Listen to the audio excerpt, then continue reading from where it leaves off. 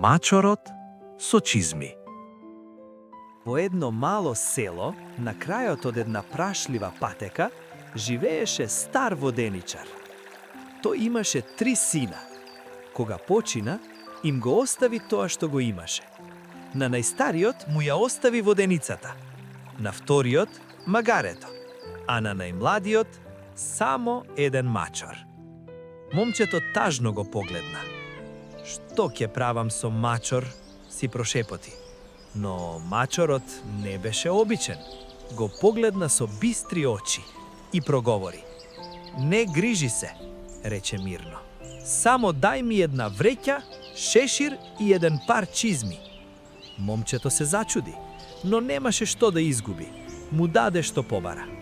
Мачорот ги облече чизмите, ја стави вреќата на рамо и тргна. Чекореше сигурно, како да знаеше точно што прави. Наскоро стигна до една ливада. Таму имаше многу зајаци. Мачорот ја отвори вреќата, стави малку храна во неа и се преправаше дека е мртов. Еден зајак се приближи. Потоа уште еден. И тогаш брзо мачорот ја затвори вреќата. Фати еден дебел зајак. Совршено се насмевна.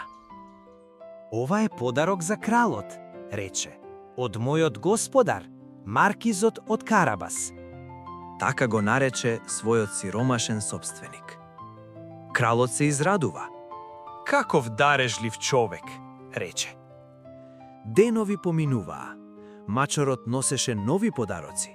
Зајаци, птици, разни пленови. Секогаш истото име. Маркизот од Карабас. И така, кралот почна да верува дека тоа е богат и важен човек. Еден ден, мачорот се врати кај момчето. Дојди со мене, рече. Го однесе до една река. Соблечи се и влези во водата. Момчето се двоумеше, но го послуша. Токму тогаш по патот поминуваше кралот со својата кочија. Мачорот почна да вика. Помош! Помош! Маркизот од Карабас се дави. Му ја украдоа облеката. Кралот веднаш застана. Брзо, помогнете му.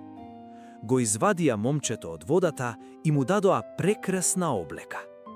Сега изгледаше како вистински благородник. Принцезата го погледна и срамежливо се насмевна. Во меѓувреме, мачорот трчаше напред.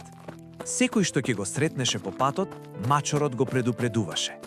Ако кралот праша, кажете дека оваа земја му припаѓа на маркизот од Карабас. Луѓето се плашеа од неговата сигурност и убедливост и го слушаа. Кога кочијата поминуваше, сите велеа исто. Ова е земјата на маркизот од Карабас. Кралот беше импресиониран. На крајот, мачорот стигна до голем замок. Таму живееше страшен џин, силен, опасен и многу горд. Мачорот влезе смело. Сум слушнал дека можеш да се претвориш во што сакаш, рече. Џинот се насмевна. Се претвори во лав, огромен и страшен.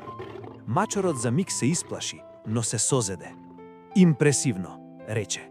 Но сигурно не можеш да станеш нешто мало, како глушец. Џинот се налути. Секако дека можам, и во истиот момент се претвори во глушец. Мачорот не чекаше, скокна и го изеде. Кога кралот пристигна до замокот, мачорот го пречека со подароци. Добре дојдовте во замокот на маркизот од Карабас. Кралот беше воодушевен.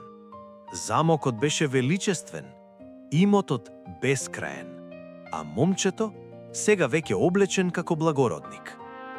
Набрзо се слушна свадбена музика. Кралот веднаш закажа свадба. Маркизот од Карабас се ожени со принцезата, а мачорот секогаш одеше гордо во своите чизми. Паметен, снаодлив и повеќе од обичен мачор. И така, од едно сиромашно момче со малку храброст и еден многу умен мачор се роди приказна што сите ја знаат и ќе ја паметат.